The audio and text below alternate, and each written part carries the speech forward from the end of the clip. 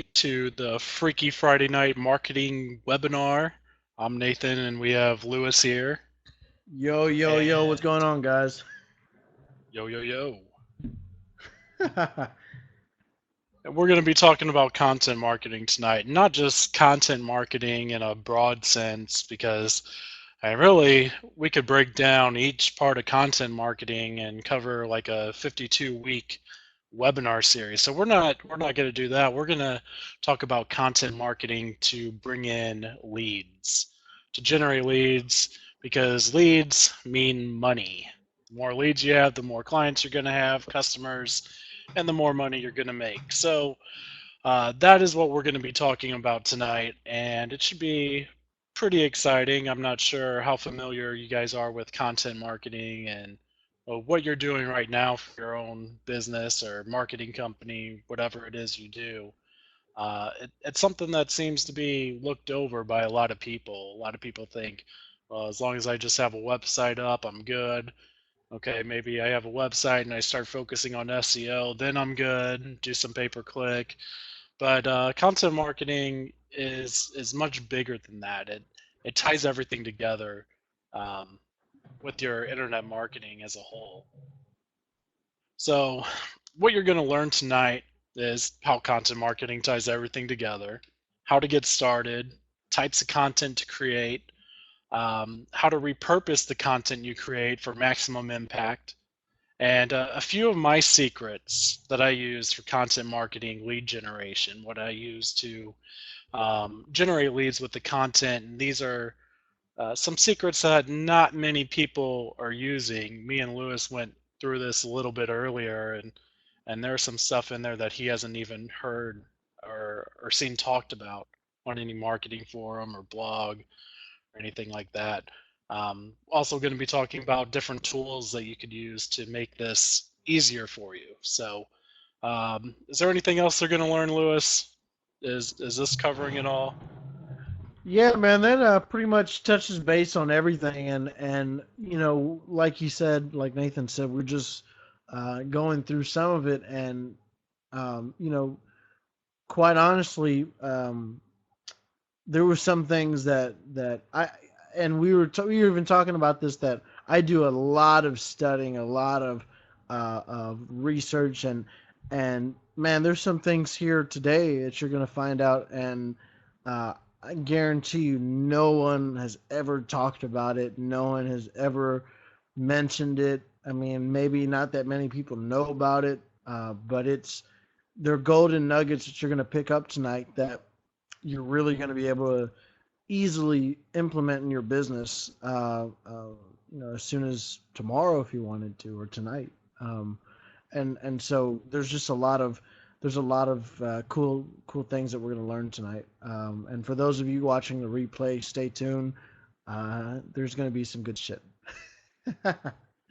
Good shit indeed. All right. So, what the first thing when you talk about content marketing, and this is something that a lot of people discuss, like HubSpot and other companies market to, and whatever else out there that talks about content marketing. They'll talk about creating buyer personas, target demographics, identifying your buyer personas struggles, their needs, their wants. But something that they fall short on, what a lot of people are missing, what they don't talk about is your business identity, what your identity is. What are your goals? What can you offer? How can you fix your buyer persona's struggles, needs, and wants? And what kind of content can you create to tie everything in together, tie into your buyer personas with what you're offering. So that's something that a lot of people don't talk about. And personally, I kind of find like the whole buyer persona thing a little boring. And um, the way I kind of approach it, and I told this to Lewis earlier, is I want every business owner. Whoever owns a business, I want them as long as they can afford my service. So, but he brought up a good point. He's like, well, even though you probably aren't doing it consciously, you still do have buyer personas that you've created within those businesses. And he was right. A couple examples he gave me, and he was definitely right on the money. So, I guess it is something that's rightfully talked about. But I think the most important thing um, in any kind of marketing that you're doing is identifying your own goals. Like, what do you want to accomplish out of it?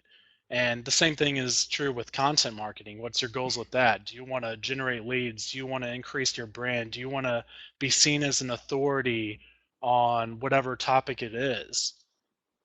So that's definitely something you got to think about. Like, you got to think about your own identity, your own purpose, your own mission, what you're going to be doing. What can you offer? Not just like, oh, I could offer website design, I could offer SEO. No, what can you really offer? What's it going to do to their business? What can you create for them? Is it opportunity? I mean, you gotta figure that stuff out. That's some important stuff that nobody really ever talks about. Um, what about you, Lewis? What do you think when you see content marketing? What are your thoughts on it? Yeah, funny enough, I really despised content marketing when I first started. And for those of you who know me, which I don't think there's many people here that know me, so I'll let you guys know. I'll let you guys in on how I started.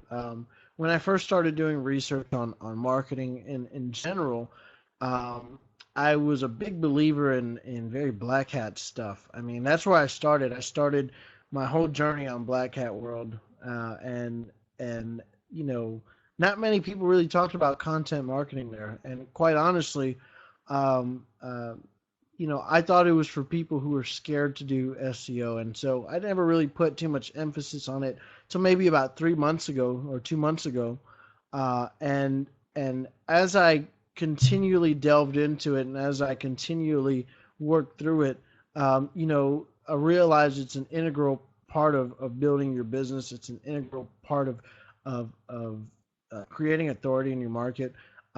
For those of you who are listening tonight, um, give me a two if you actually have some sort of content marketing strategy implemented in your business right now. Like, if that's something that you're doing right now, give me a two.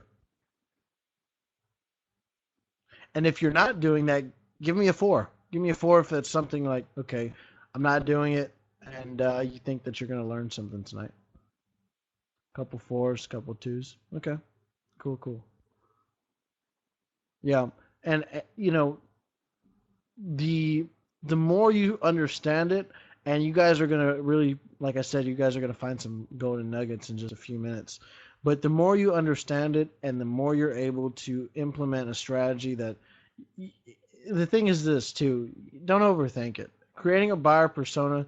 I was telling Nathan, it was like, some people, they get kind of like this writer's block, or they may have a block of like, oh my god, I don't know who to target for the buyer persona. But like Nathan said, it really is as simple as, hey, I want business owners that can afford my services, and from there you kind of segment it. But really, don't overthink the concept. Put yourself in their shoes, and if you were someone who didn't know anything about marketing or anything about lead generation, then you need to write to them as if it's the first time they're ever reading it. Or if you're talking to people who already know about marketing, then you need to kind of shape your message in a way that's like, okay, hey, he's not talking to me like I'm 10, or you know what I mean. So um, it's something that, as I've learned more about, I realize it's really important in your business.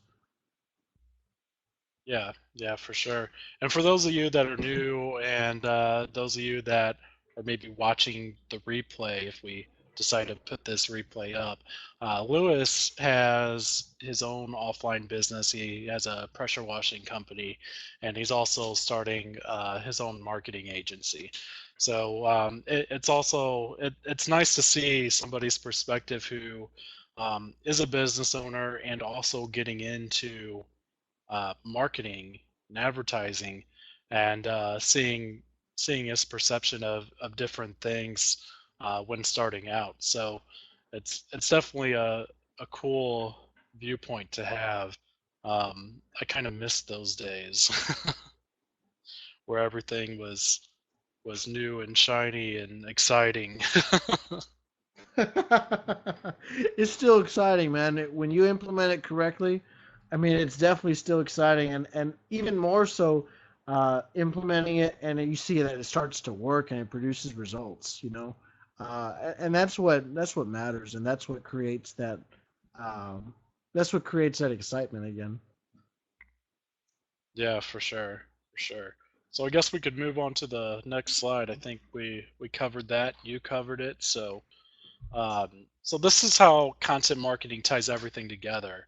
Um, it it's going to create your own brand awareness. It's great for branding, uh, lead generation. It's great for SEO. Helps your reputation. And those of you that were here for the last webinar talking about reputation management, like content marketing really plays a big role in that. It's nurturing up different social properties, Web 2.0s. Um, different brand properties that you have, and, and utilizes them uh, to syndicate and market your content to these different audiences. It's easy to implement a lead nurturing strategy, which we've talked about. When was that? Was that the second webinar that we did, Lewis? I think it was. Yeah, I think it was the second. I Yeah, it was the second webinar. Yeah, so it ties into that too. It helps with authority, building trust, increase your conversions. Great for customer retention, which is also a part of lead nurturing. Boost your social media presence. So it's a uh, full service across the board type of marketing that you could do that really helps everything else you're doing. And that's something that I like to do is whatever marketing technique or tactic or strategy I have, I want to tie it all together, help make certain things benefit other things. So this is why content marketing is so huge. It's um, pretty much necessary for any type of business, but especially necessary if you're doing any kind of advertising, marketing, selling websites, SEO, things like that. So I guess we could move on to the next slide here. So what you need to get started. First step is really a blog. If you don't have a blog yet, like that's a huge mistake. And I've seen tons of you, maybe not you guys specifically, but a lot of people out there offering SEO, offering um, reputation management, web design, pay per click that don't have a blog. Like they just have the standard homepage about us, services, why choose us, frequently asked questions, free estimate, contact page, whatever, maybe a portfolio, but there's no blog. So, you know what? How many of you guys have a blog right now? Go ahead and give me a two. And if you don't, give me a four.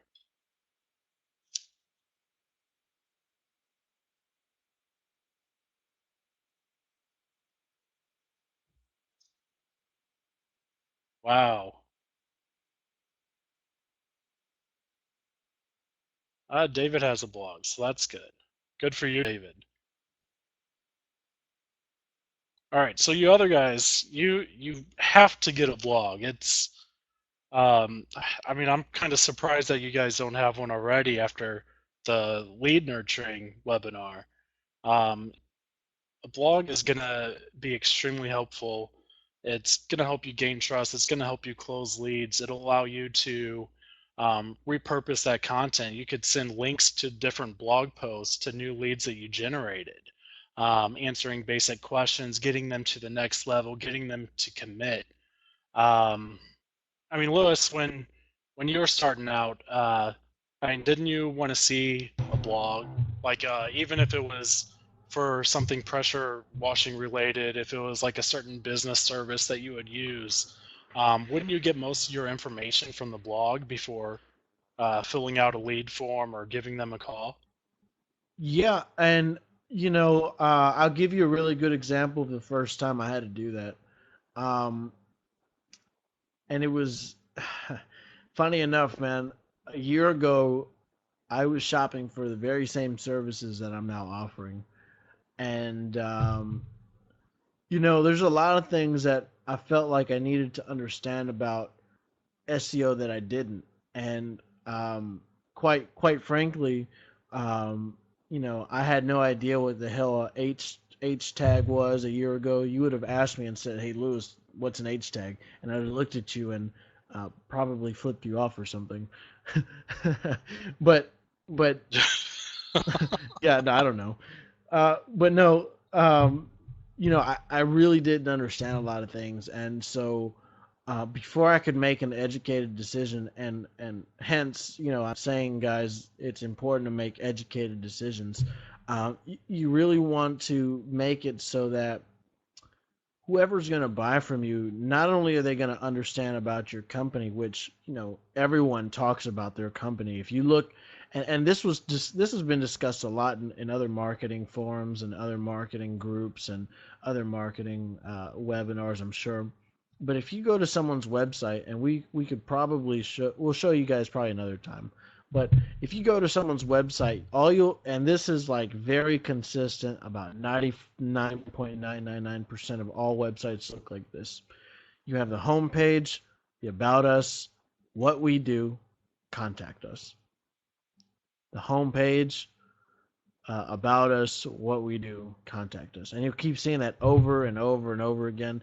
And so the thing is, sure, sure, as a consumer, you want to understand, well, what is this company about? But at the very same time, um, you know, if somebody told me, hey, well, you got to spend $1,000 a month, and without me truly understanding the benefits of spending that $1,000 a month, I'm immediately going to shut that person off.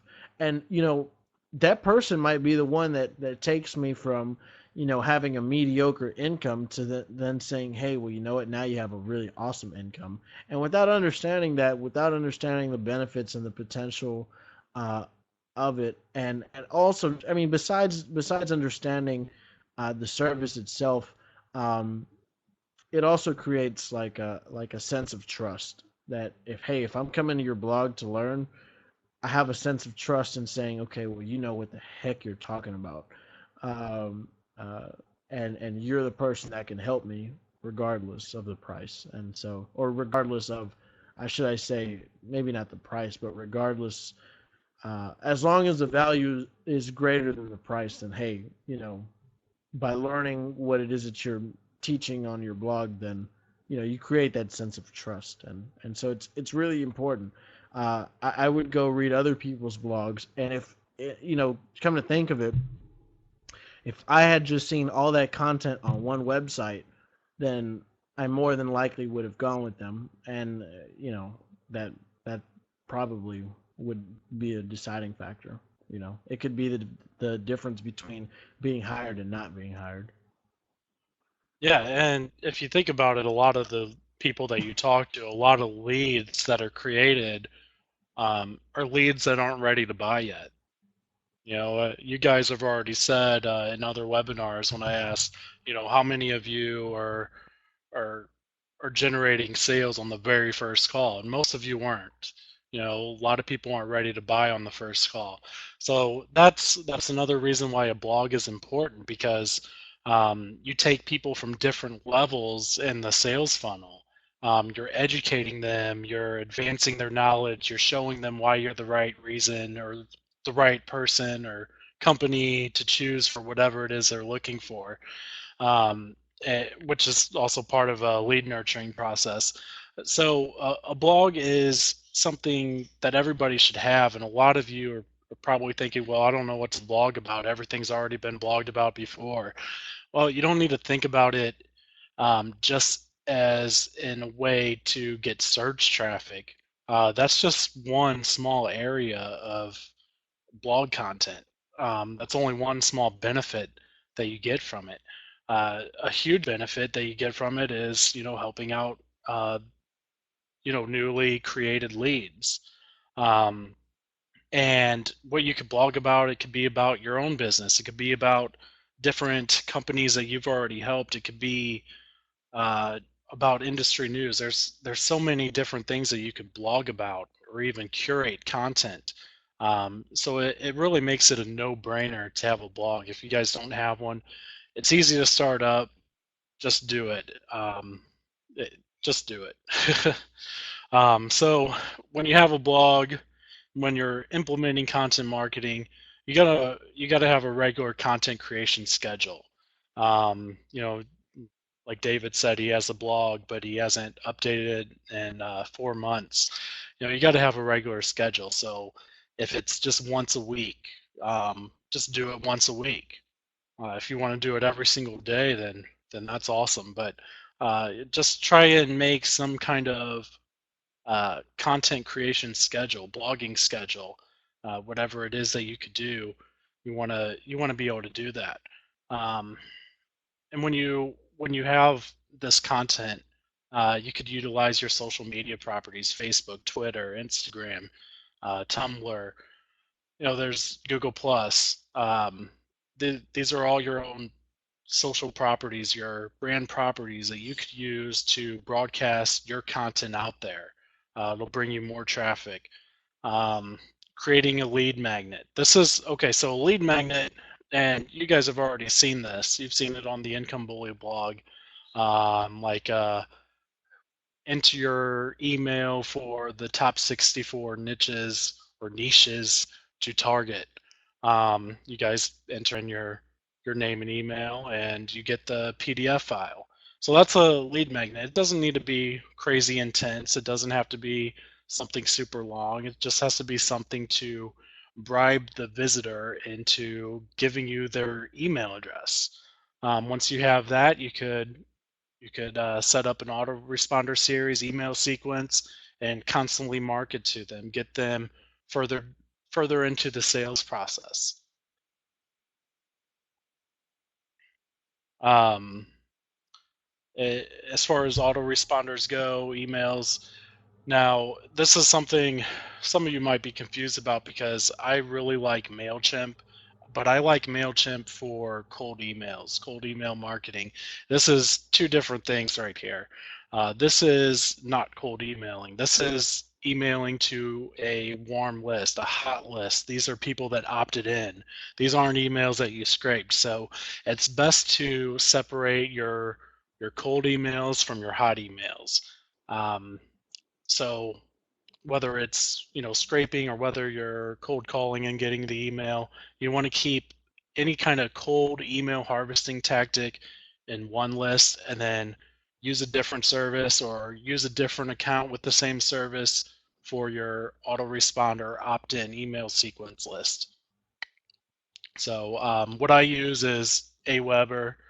There's other options out there as well, but that's pretty much the king of autoresponders when it comes to opt-ins. Um, Another thing that you should use to get started is landing pages, lead capture pages, opt-in boxes. That's basically just where you capture the lead, their information, whether it's name, email, phone number.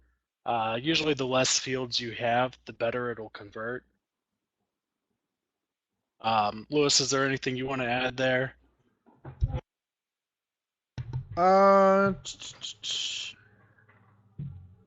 you know, I was, but I think it kind of continues on to the next slide. Uh,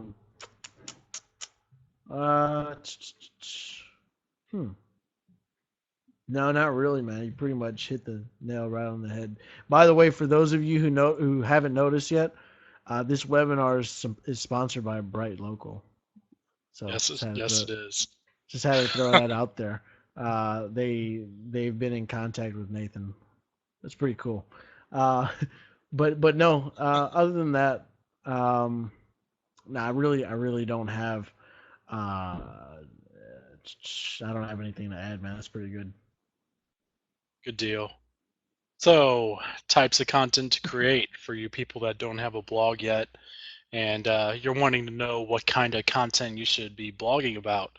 So, some basic things that you could do about your industry, like I already said. So, if you're a web design company and you want to sell more websites, you could write about the benefits of WordPress, or WordPress versus Joomla, or WordPress versus Joomla versus Drupal. You could do different website reviews. There's a lot of different things that you could do when it's industry related. Same with SEO. SEO, there's countless subjects to write about. Um, you could write about keyword research, meta descriptions, domain names, citations. Uh, there's there's no shortage of content that you could create. You could also answer common questions, and this is something that you should use in your lead nurturing process, your sales funnel. Um, what are the questions they have? What are the objections they have? If you could answer or overcome an objection before they ever have it, that's huge. So you want to think about those things. Write reviews on competitors, and this is something that I've done very well. I think it was like 2012 or so, and I was ranking for, um, geez, what was it? Yellow Book review, Yellow Pages review, Vistaprint review. Uh, let's see, Wix.com review. I'm not anymore.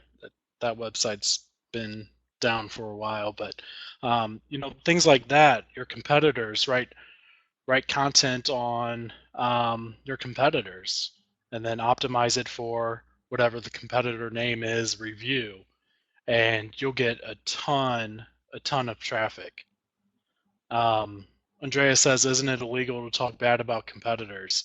No, it's not. It's not. As long as you point out the facts. I mean, you could technically write whatever you want as long as it's not slander or defamation. But you could always position yourself better than your competitors. You don't need to trash talk them. You could point out the obvious, like you could point out Yellowbook and how their websites aren't mobile compatible. Yours are. Their websites aren't optimized for search. Yours are. Different things like that.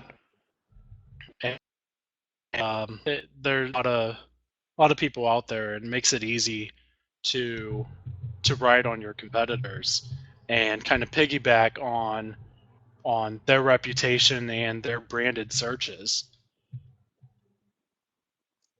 Another thing, curating content, like you've seen, like weekly roundups or monthly roundups, where it's just content curation, top list, like top 100 whatevers, the things like that, where you're just adding your own spin on already existing content, commenting on news. Um, there's so many different things that you could blog about and create content for when it comes to your business. And it doesn't matter. It doesn't have to just be marketing. This is relevant to pretty much everything. Although there's some boring industries that are probably harder to create content for than others. Like, I can't imagine Lewis spending hours a week writing about pressure washing and different things with pressure washing equipment. But No, the it's you really can't, man. And I think it's still important to have some content and then maybe syndicate it differently. Um, but as far as actually having it, it also helps. And I don't know if we've already touched base on this. That it also helps with SEO. But say you write, and I'll give you guys an example. Say I'm a roofing contractor and I have roofing repair, right? And say I do roofing repair for, say I do it for Houston, right? And in Houston, there's so many different other cities and smaller cities around the greater Houston area. So, you have places like Atascocita, Cypress Spring, Pearland, Sugarland, and you guys have that in the same in the same sense in some other local areas where there may be suburbs or smaller cities around that you may target. And when you blog about those geo targeted keywords, then it has its own role in local businesses. I mean, it might, I know a guy, and everyone pretty much in the marketing, for the most part, everyone in the marketing industry and specifically the SEO industry, they've heard at one point or another that gentleman, Cotton Grammar, and he targets like hundreds of cities, and he just does it by doing geo targeted. It looks like just blog posts, really. It's really what it is. And No, and it's a little bit more than that. yeah, but it's the point is that it back. I mean, I digress. But the point that I'm trying to make is that you can do it as well for your own local business or someone you're working with, or even in your own business, even if it's not marketing, it can be done. Yeah, you did bring up a good point, because when it comes to local SEO, like I always say, it comes down to two things: location relevance and industry relevance. And if you're blogging about locations and industry relevant stuff, that's going to boost your overall site relevance. So that is a good point. Yep. It's important. It is important. All right, another type of content to create: lead magnets.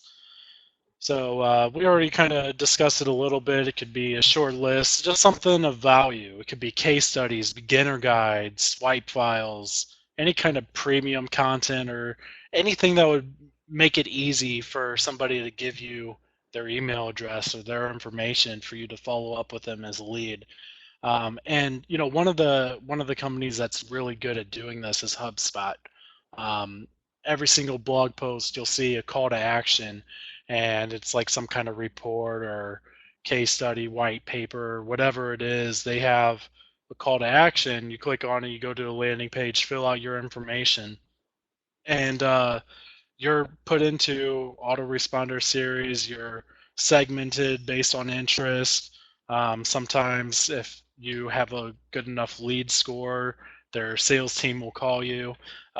There's a lot of different things that they do, and that's the point of a lead magnet. It's to generate leads, generate customer or potential customer information.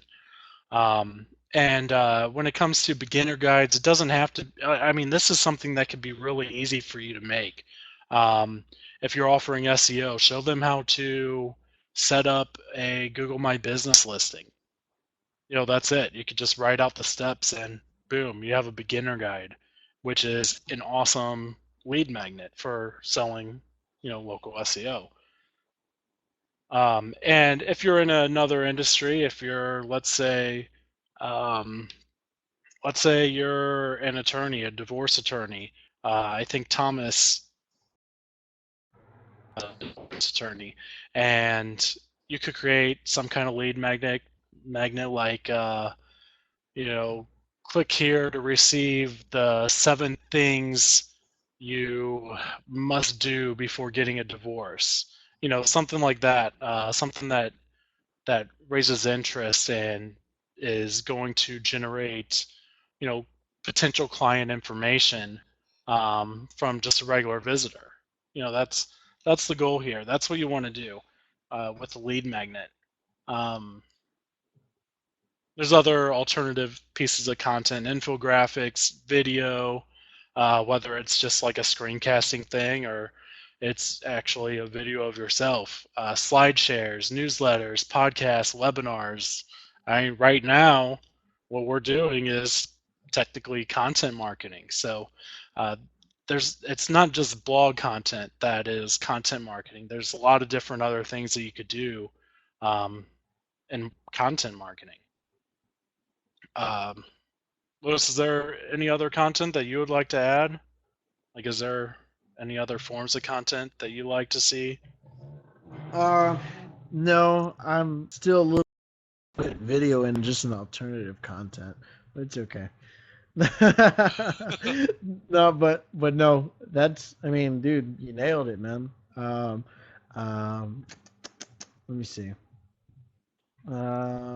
No, man, you nailed it right on the head. Good deal. Yeah. All right. So, since you know the different types of content you could create, now it's time to talk about repurposing content. So, you're writing your blogs, you have a study schedule. You could turn your blog content into lead magnets. You could take a blog post and make it into a slide share. Um, you could take a blog post and instead of it just being written content, you could read it out loud or, add your own personal touch to it so it doesn't seem written. Um, you could use it for lead nurturing, uh, infographics, press releases, and one thing that nobody ever does or talks about is using content with a unique viewpoint and turning it into a press release.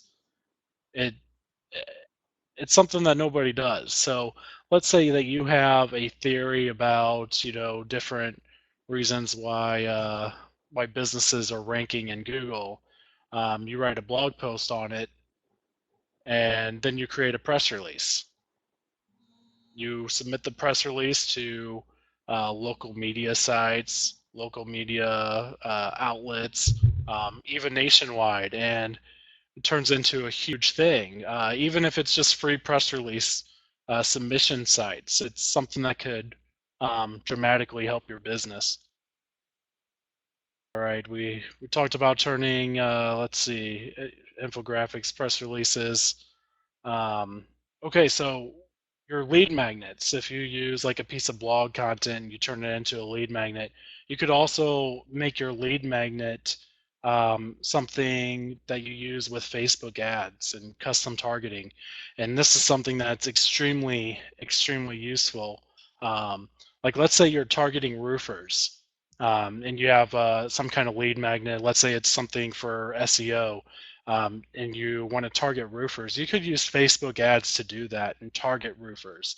And something I like to do is um, look at different associations or manufacturers like GAF, and see the people that have liked their page, because the people that like their page are usually a roofing company or somebody that works for a roofing company. Most people do not care about roofing certification or materials unless they're roofers, right? So that's something unique that you could use with Facebook ads and custom targeting, and you could do that with any industry. It could be, garage door repair. It could be landscaping. It could be tree services. Tree services are usually, the people are licensed arborists or some kind of arborist association, things like that. So you could turn your lead magnet into a lead generating machine using Facebook ads. So that's something to think about. Uh, hey, Lewis, are you? Yeah. Hello. Yeah, Yeah. you didn't mute Yeah. your microphone. My best friend from the Navy just called me, man. He was just telling me a crazy story. I was like, "Oh, dude, I'm in the middle of a marketing webinar, man. Come on, I've got to go."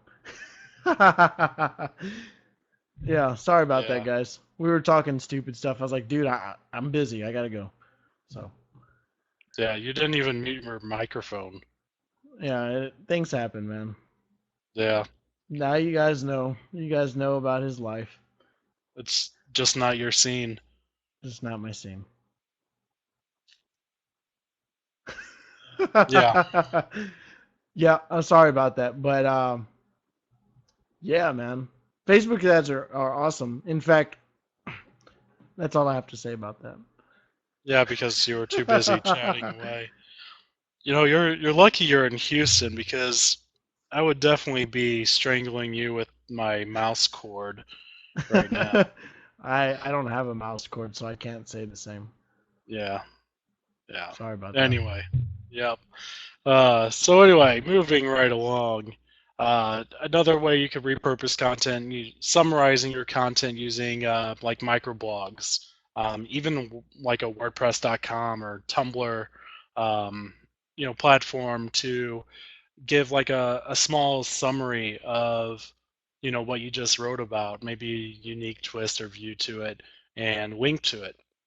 This does a couple good things because Tumblr allows you do follow links with anchor text.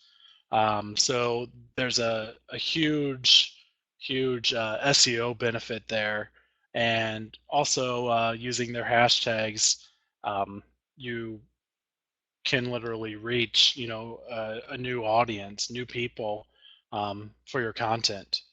Um, and once you're blogging enough, you have enough blog posts on a certain subject.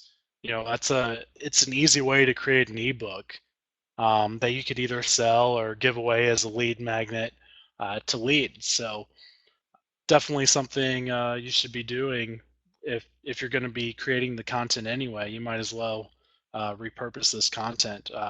More content ideas, monthly magazine, newsletters, and of course, you could repurpose your blog posts into like a email sequence. So, um, so yeah. Let's see, Lewis, anything you want to add to that? No, the ebook thing is an interesting concept, and in fact, you could even structure it in such a way that if you created a quote unquote ebook, um, you could tell people that you're an author of a marketing book, and uh, say in that book that you teach other marketers about marketing. I mean, imagine what kind of authority that would create, or something along those lines, where it's like, hey, I wrote a book. I know what the heck I'm talking about. Yeah, yeah, exactly, and that's what it does. And then distributing it to leads, like that's even better. Even better. Um, Yeah. even better. All right, so this is where let's see. This is where it gets a little juicy, and this is stuff that I don't think anybody talks about. And Lewis said that he hasn't heard anybody talk about it. Um, Yep. and this This is is my my favorite part. yeah, Did I mine just too. steal the words out of your mouth? Close enough. Yeah, it's my favorite part. So with your content, there's LinkedIn blogs, there's LinkedIn groups, and these networks, these properties, or this property specifically, is a gold mine. Um, I mean, of course, you have more professionals on LinkedIn, but with LinkedIn blogs, your blogs, like you could write an entire blog, get featured in LinkedIn Pulse. Um, it'll be broadcasted to all your connections. Um, but the way I like to do it is use like a summary of the blog, and then link to the full version. Get people to click and go to the site where I have control over everything, getting them to subscribe, getting them to uh, fall for a lead magnet, whatever it is. So that's definitely something that you could do to promote and market your content to bring in more leads. These are people that are, they're professionals. They're businessmen, they're businesswomen. It's definitely somewhere that you need to be, regardless of whether you're doing content marketing or not. It's a great platform for lead generation. All right, and then the second part of this is groups. So with LinkedIn groups, I like to find different industry trade groups. I don't like the marketing groups or advertising groups, business development groups. Those are filled with people like me anyway. I want business owners. I want business owners of roofing companies, air conditioning companies, whatever company that is ready to pay money for marketing. those are the people I like. There's landscaping communities, HVAC, dentists. There's groups specific to these niches, industries that you could join and share your content with. And you share your content with them, they're getting to your website, see that you offer this stuff. And you don't want to just spam your content all over the place. You want to, just create a discussion, see what their thoughts are on the subject, if they ever heard about it.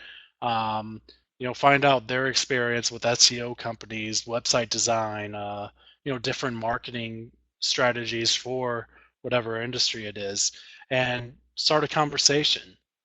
That's It's definitely an awesome way to go with content marketing and marketing in general. Um, Now with LinkedIn, I've generated a couple hundred visitors a day just doing that, just a couple groups and sharing information, and it works. It works very well. And Lewis told me a little bit earlier that he's gotten quite a few leads from LinkedIn as well. Yeah, it's true. In fact, kind of what you were saying, it's not about spamming people and bugging the heck out of them. And, you guys probably hear this a million times about creating value and blah, blah, blah. But what it really translates into and what it really means is um, that you take the time with each with either each individual or each group that you go into, and you take the time and you really try to understand where they're coming from, and you try to understand that, well, hey, as a business owner in the roofing industry, or as a business owner in the landscape industry, or a business owner, uh, you know uh, whether they're a doctor or a lawyer or this or that, you got to imagine yourself like, hey, well, um, what can I do for them that would not only obviously help them, but maybe they'll ask me more. Um, and so just with a little bit of time put into creating a few blog posts and just distributing them into people who I thought would find it useful. I've made already a couple SEO sales. I've done a couple uh, uh, web design gigs, and quite frankly, I didn't have a website. It's what's crazy. I know we talked about this, Nathan. You got to have a website to sell web design, but at the time, I really didn't even have a Right. website up. I didn't really even have a website up, and so if I did, and I maybe had a little bit more professional photo, I feel like I could make a whole lot more sales. I could prospect a whole lot more. But I just took a little bit of time out of my day and wrote a blog post and distributed. And, you know, come to find out that it yielded results. So it's beautiful. Beautiful. All right. So another thing that a lot of people don't even know about is Manta communities. Now, most of you have probably heard of Manta, like the directory citation source, but give me a three if you ever heard of Manta communities and if you've ever been a part of it. Give me a three. Okay, put a five if you've never even heard of such a thing. Yeah, I'm about to put a couple fives myself.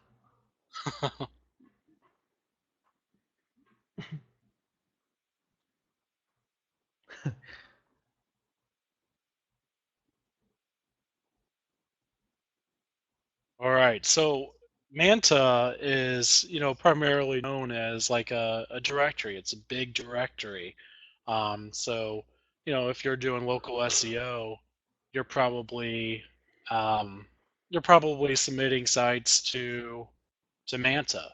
Now, what a lot of people don't know about is Manta has a big forum community section where there's a lot of business owners that have no idea about marketing. They don't know anything about it. They think Manta is the best thing since sliced cheese.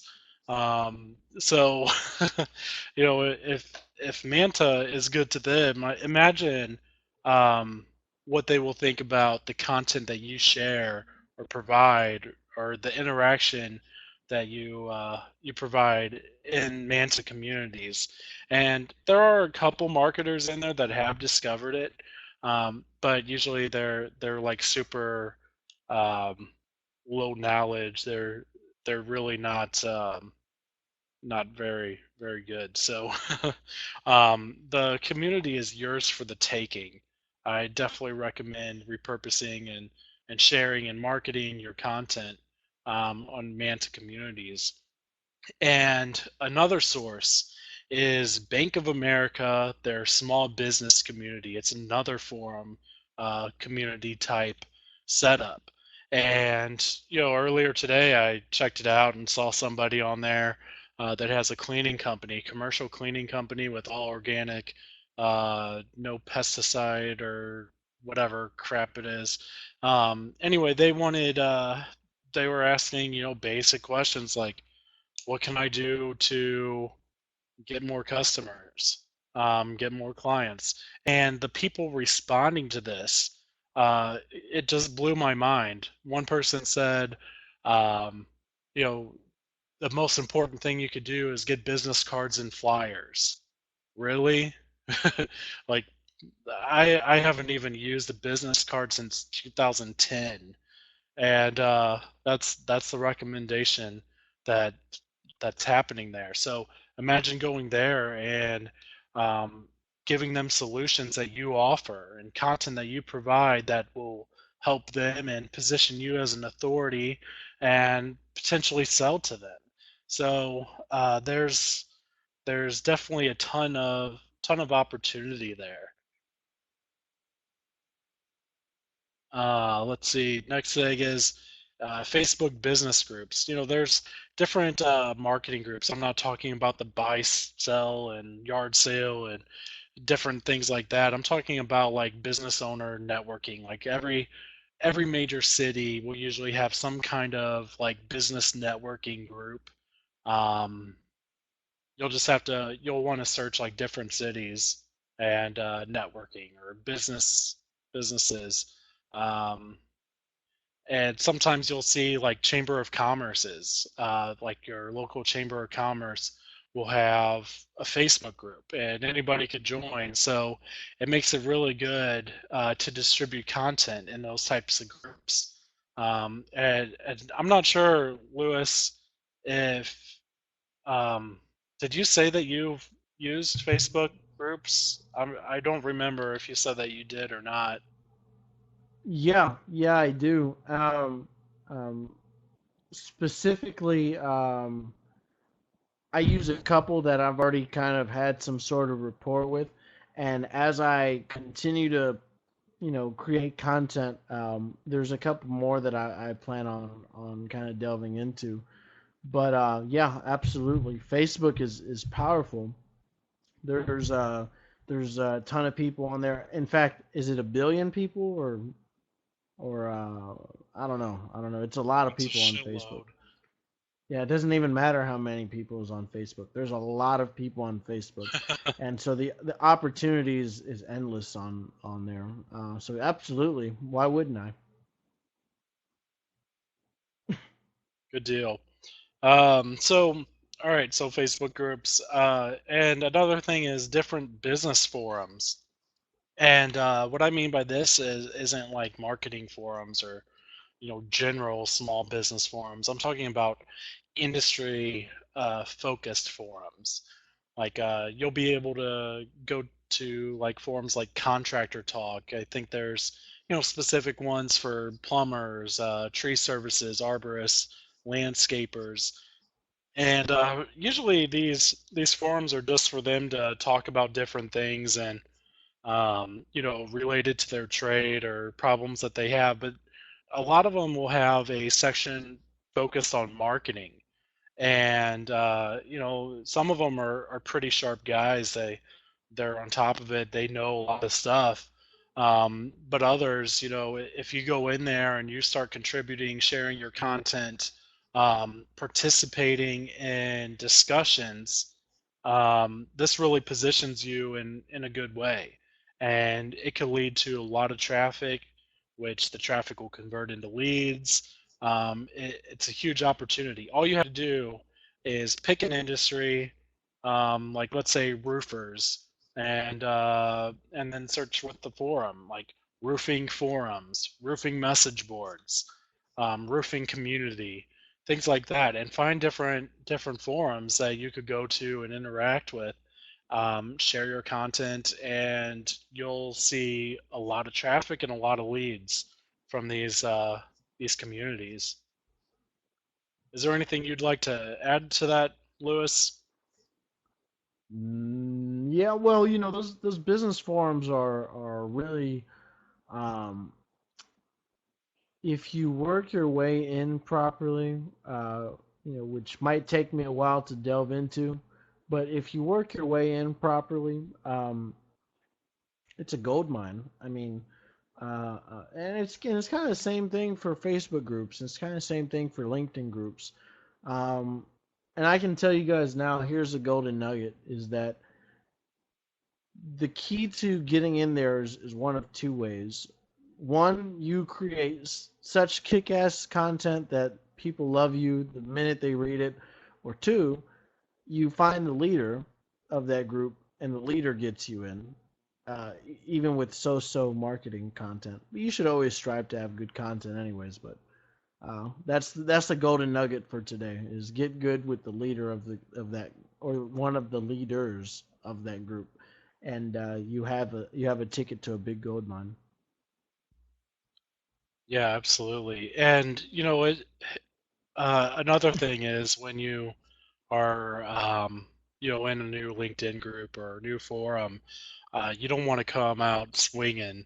You don't want to come out of the gate, just posting content, creating threads or creating posts. You want to usually interact first, Mm-hmm. without ever dropping a link. And I could say it from experience because I've been banned from Contractor Talk, geez, I don't know, like 20 something times. And same with other forums because I didn't want to spend the time building it up. Um, but usually after a week or two of hanging out there and maybe making a couple comments here and there, then you're usually able to do more and like fully promote content. Um, So that's my 2 cents, 2 pennies. I guess go on to the next one. So some quick tips. You want to build up your LinkedIn connections, your network. Make sure you're in groups. I forget what the limit on groups with LinkedIn is. I think it's Uh, 50, is it 50 or is it 30? or it could be 30. I'm not sure. Because if it's 50, I have 20 new groups to add. Actually, I cleaned some out the other day, so I might have a lot more than that, but I know it was stuck at 30, so maybe they increased it. No, it Um, could be 30. I may be wrong. yeah, I don't know. I guess I'll have to double check. But either way, you wanna get into a lot of groups, um, and you want to build up connections within those groups. So uh, you could send a connection request if you're in the same group with somebody, even if you don't know them, if you don't have their email address, you could still connect with them if you're in the same group. So that's a quick little tip with LinkedIn. And as far as the groups go, you'll want to search for industry specific groups as well as like location specific groups. So usually what I've noticed is there's a lot of area code uh, groups like 314 business owners, 714 business, different things like that you'll want to look for with LinkedIn. Usually you could just type in a city and see a bunch of different groups. Another tip is to create a content schedule and content map. So, content schedule, you could use like a WordPress editorial plugin, which at the end of this webinar, you'll be taken to a thank you page, and there's going to be a link to one. I recommend using something like that if you're using WordPress, or you could use like an Excel spreadsheet, and that'll help you map out your content, or at least create a schedule of what you're going to post and when. And when I say content map, that's a little bit different than a schedule. That's a complete map of your content. So let's say you're creating a blog post, um, what day it's going to be published on, what lead magnet you're going to use as a call to action within that blog post, different support channels you're going to use, like Twitter, LinkedIn, Facebook, Tumblr, whatever.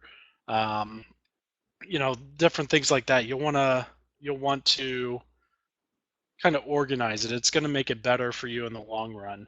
Another thing is to try paid traffic, Facebook pay-per-click for building your list.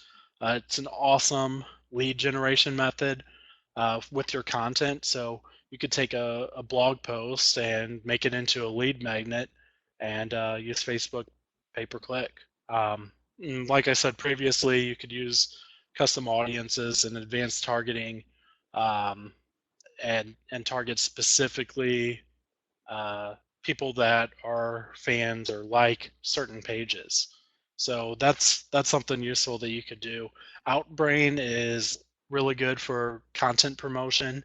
Um, I would actually, I probably shouldn't have included that. That's probably later on when you have more of a commercial reach, but it is something to keep in mind. Another quick tip is everything that you create should be syndicated on Tumblr.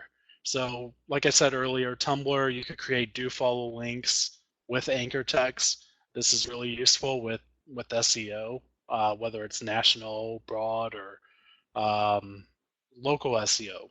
So it can be really useful, and you don't have to post the entire thing. You could just create a little summary and then link to it. It's as simple as that. Now, this is something kind of unique, piggybacking on popular pop culture, popular TV shows, artists, celebrities. It's newsjacking, um, and I was telling Lewis this earlier about how I created a blog post, I don't know, on some site like I don't know, a year and a half ago or so, and I don't know how many of you are familiar with Duck Dynasty, but there was a lot of controversy out at the time with Phil Robertson, and he made some kind of comment about people that are gay, and people were in an uproar wanting them to be banned, and then you had the other side that was like pro Duck Dynasty, pro Phil Robertson, and there was a lot of groups out there, like Facebook groups, um, that were supporting him and saying to boycott A&E unless they bring him back on the show, or the different things like that. So I kind of piggybacked on that and created a blog post. I think it was something like um, what was it? It was the things that Phil Robertson knows about business that you don't. And I reached out to the admins of those pages, to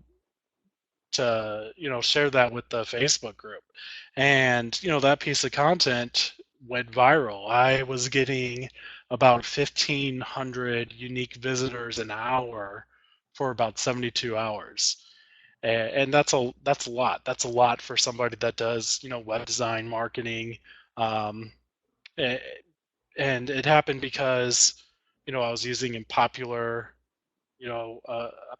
example and putting a business spin on it. Now, granted, the majority of the traffic was pretty much crap. A lot of them weren't business owners, but I did generate I don't know, about 100 leads. So it was still nice. It was pretty cool. It was pretty cool to see all that happen. So that's something that you guys could integrate in your own content marketing. Lewis, is there anything that you'd like to add to that? No, man. I was really impressed when you were talking about the whole piggybacking thing, and some other people talk about it. They call it brand jacking, piggybacking, news jacking. Uh, it's so awesome because it's just another way to generate leads, and this is kind of what this whole webinar was about. And for those of you who have been kind of listening tonight and kind of if you felt like you've gotten some sort of value out of this and learned something you haven't before, why don't we see you guys put up a three if you've learned something tonight?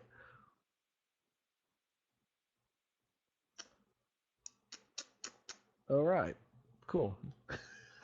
No one learned anything tonight, Nobody so learned a single thing. no threes. No, uh, no, but seriously though, on a serious note, um, it's just another way of getting leads. It's another way of cultivating uh, uh, a stronger brand of cultivating something just to as a secondary form of lead, or for some people it's primary, I suppose. But in my opinion, content marketing just really provides that diversification most people are missing out on in their lead generation, and by doing things that are a little bit outside of the box, uh, sometimes you'll really lose, but then there's sometimes that you'll win. And just by taking a shot at it, and as you go and as you progress, you'll learn what works and what doesn't. But as you continually go, like Nathan said, got banned like 100 billion times from from that forum. What'd you contractors talk? There you go. Uh, Yeah. so so as you continually progress, you'll realize what works and what doesn't, and ultimately it'll just strengthen your business that much more. Yeah, absolutely. And, with content marketing, um, it especially matters when you're small. Um, it, like if you're a one-man show and you're just doing this by yourself, maybe you have a couple people that you outsource to. Uh, but still, you're the only one that is generating leads, making sales, closing the deals, handling support. Content marketing is what can allow you to grow. It's something that is going to be able to allow you to scale. And I think I talked to you, Lewis, about this before, about compounding interest. So, anybody that invests in the stock market or has an IRA, 401k, there's something that you have on your side when you're younger, and it's time. Because the more time you have, uh, like the younger you are before retirement age, the more your interest is going to compound, your earnings are going to compound, and your wealth is going to grow. And content marketing is a lot like investing. It's an investment in your business. And the more you do it, the more you implement it, the more time is on your side and the more it's going to compound, the more search traffic you're going to get, the more you're able to use this later down the road. So it's one of the best investments that you can make, and probably one of the most important things you could do to scale up your business so you can one day be a larger firm or a larger agency or hire your first full-time employee. This is what's going to allow you to do it. It's huge. So John says he doesn't have time to write content, but you know, content marketing, writing content, putting it together is something that's going to make a huge difference for you. So maybe you're spending time working on what are you doing right now, John? Are you did you say in an email that you were working on a website? Am I remembering right? So you're working on a website. And is that website one of your clients? Yes, it's one of your clients. So where is your time better invested? Is your time better invested working on a a project that you've already been paid for, or is your time better invested into marketing your business to generate 3 or 4 times more of the projects that you already have? Um, when you think about outsourcing something as little as creating a website, that's something that you could do for $20. I I really envy you for that, Be Nathan. highly demanding. Yeah, that's what I do. I get people to do that. I have people at $1 an hour that are better than a lot of Americans at $20 an hour. So where's the time better invested? Is it really better invested in I very modifying much. some CSS, or is it better invested into generating 10 more leads, which 2 are going to buy? What adds to your bottom line? You know what I mean? So um, you know, everybody has a time issue. I have a time issue. Lewis has a time issue.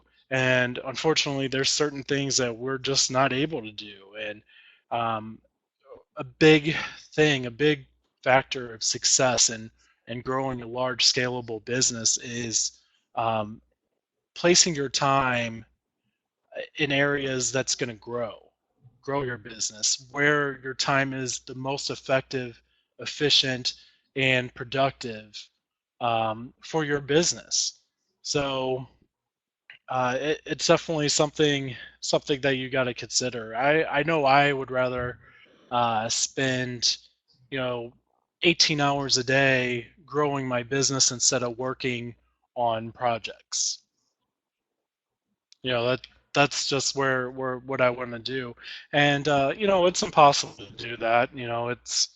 It's something that we should strive for. Every single one of us, myself included, want to invest our time into something that's going to actually build the business, bring in more clients. Something that we could grow.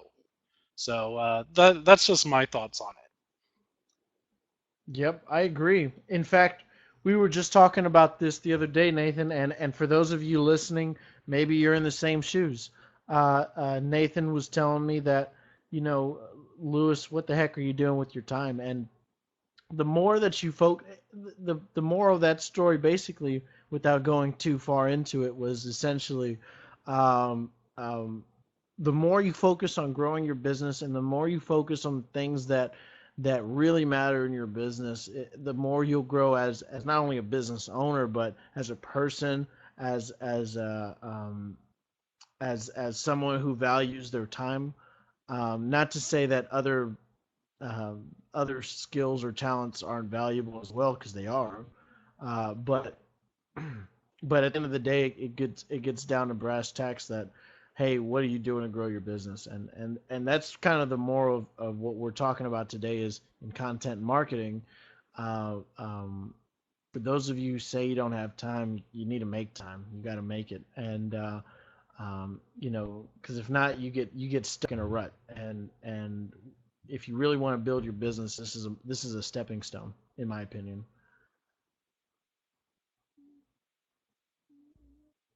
Yeah, for sure.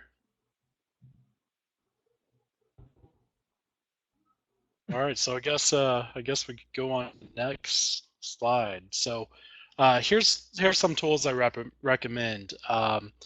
One thing with infographics is that it can be expensive to outsource. You still have to get the content together. You got to do all the graphics, make everything look really good. There's a service or platform called Pictochart, and I've used it a lot, and you have different templates that you could choose and create your own infographic. It looks professional, looks good, and it's pretty reasonably priced too.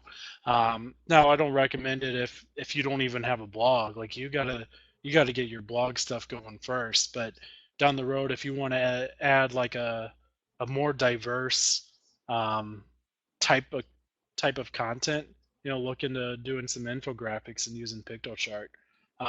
Opt-in forms for lead magnets. You guys have seen it probably on the Income Bully blog. Magic Action Box. I use that. I like it. It's really easy. It's pretty cool. Um, it's what I recommend. But you could use any type of form. Um, I'm not familiar with all the options available with WordPress, with Joomla, which is my preference. I I mean there's a ton of options, but I don't think any of you guys are big Joomla fans. But as far as WordPress goes, which most of you are familiar with, or the platform, Magic Action Box is the way to go. And I am an affiliate for it. But there's a free version, and it's pretty functional for what a lot of your needs will be. I ended up getting the paid version uh, just because. So you could definitely do it the free way and use the free trial or the free version, and it'll get the job done. Now the autoresponder, I recommend Aweber. Now Mailchimp I like for cold emails, for opt-in emails. I like Aweber. It's a good choice, high delivery, easy to use. I think it's $1 for the first month, um, for the trial. So I recommend doing that. You get your blog going and get an autoresponder. Those are things that matter right there. Now, landing pages. This is something that you might want to consider um, if you're doing any kind of Facebook pay-per-click lead generation. Um, Leadpages.net. Now they have a platform that's really easy to build different landing pages with auto delivery and lots of different options. You guys should check it out and look at their demo. Uh, Only bad thing about it is it's kind of pricey. So if you're not doing a lot of landing pages, you might want to just do it manually, or outsource it to somebody on Odesk or Freelancer, whatever other um, outsourcing platforms there are out there. But you're going to want some landing pages, and I forget the statistics on it. I think it's like once you have like 15 or more different landing pages, you generate X amount of leads. uh, I forget what the stats are, but you know you want different landing pages, you want different lead magnets. So it's a cool tool that you could use. It's especially useful for like Facebook advertising and trying to do hardcore lead generation through a lead magnet. Another thing that I like to recommend is Clicks Magazine. It's Matt Lee's product. It's pretty cool for those that are offering SEO, web design, basic internet marketing services. It's a professionally designed like monthly magazine that you could send to clients, or send to any kind of leads that you have. It's pretty useful and definitely worth the money. I think it's only like $17 a month, and you could add your own branding to it. So there's some more links that when we finish here in the webinar that you'll be able to check out. Like there's a link to the WordPress editorial schedule calendar thing, and you guys could check all that out. So um, I think that pretty much sums it up here. Guess we're in the unless is there anything you want to add, Lewis? No, those the PLR idea. I mean, that's for those of you who really, I mean, really don't have time. It's a viable option. But if you can create your own content, um, you know, try it. Because you could probably hire a writer to do it, but for those of you who already know, that content is very, very, it can be very pricey to pay for it, and so PLR is a great option. If not, do it yourself.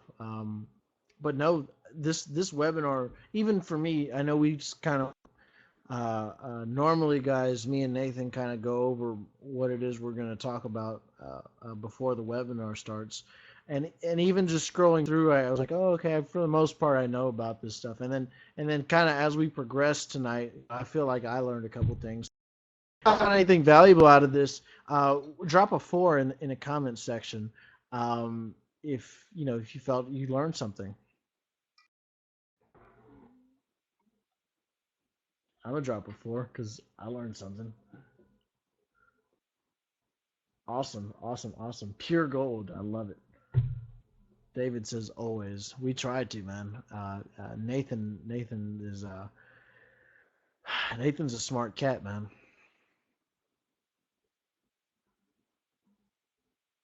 But yeah, no. How about any questions? Did anybody want to know anything more um, based off what we talked about tonight? Does anybody want to know any other information, or do they have any questions or comments, concerns, or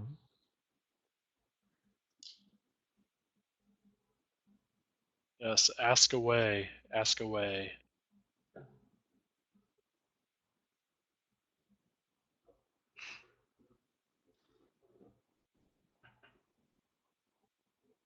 no questions? It was pretty straightforward tonight, huh?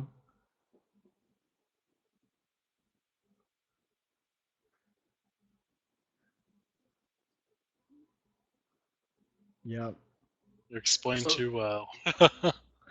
so ladies and gentlemen, we want to make this just I know we didn't really talk about this, but after me and Nathan have been kind of doing this every week, we felt like um, with our current businesses.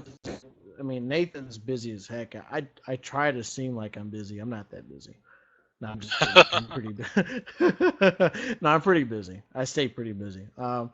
But no, due to just how much work we've been just having to do and whatnot, we're kind of spaced out every other week.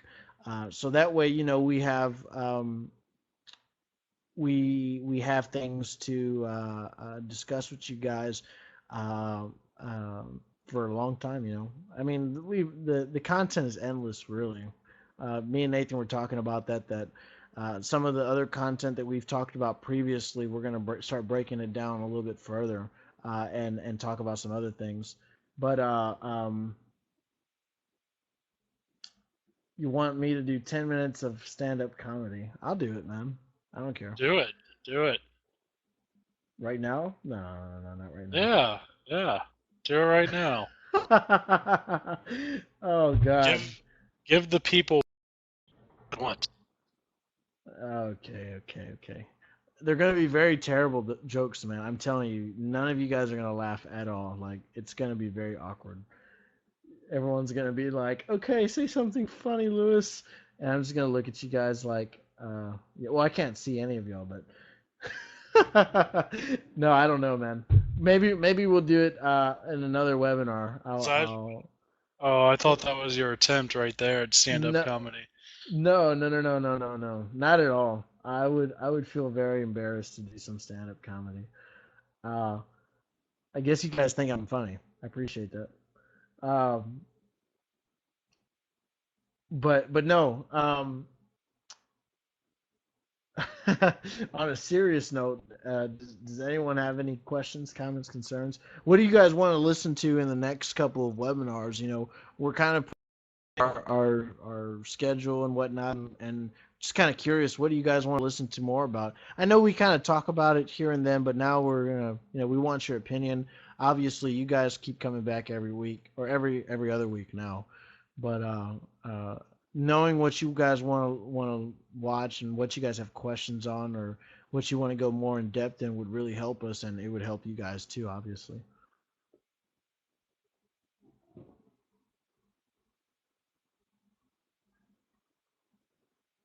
Oh, John, that's a good one.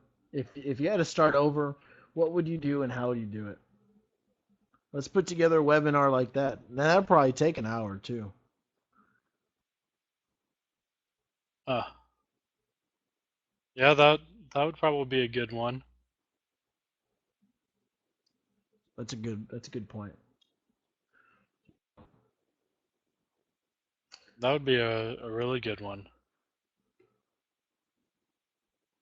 Hmm. I like it. I can dig that.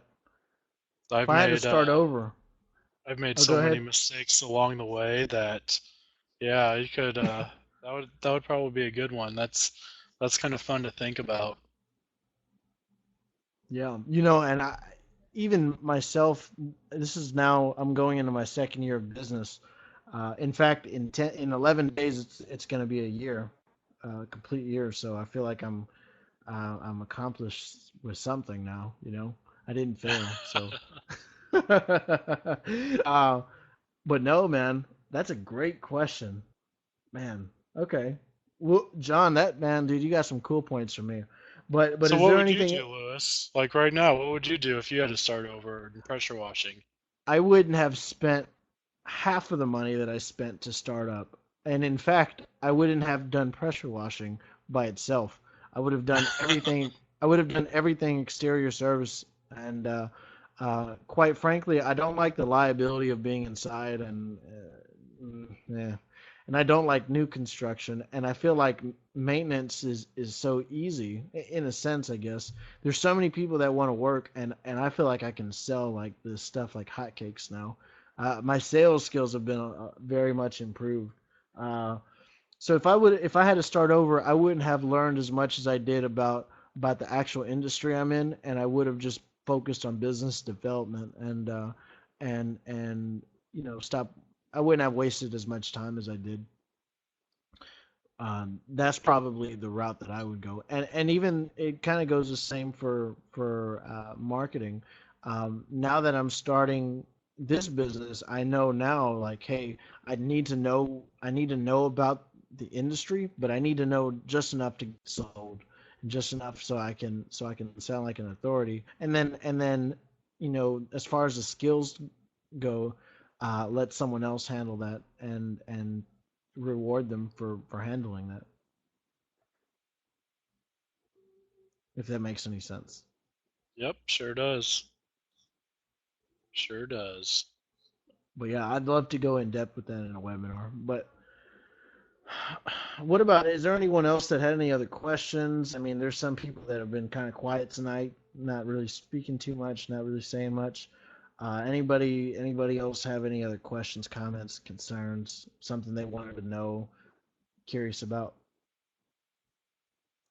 David says no questions, so uh, yeah, I guess we'll wrap it up with that. Again, we'll be back in 2 weeks, not next week, but 2 weeks from now, Friday, April the 3rd. Uh, of course, this was sponsored by Bright Local, and it's an Income Bully exclusive. Um, you guys can feel free to reach out to us at any time, and that way we can go ahead and continue to cultivate a community where we want to provide value and really teach everyone more about how to better run their business and how to really kick marketing butt. Yeah, and I've also thought about what do you guys think about if we started like a Skype group where it would be like a chat, like 24/7 chat, mastermind type group. How would you guys like that? I like it. I dig it.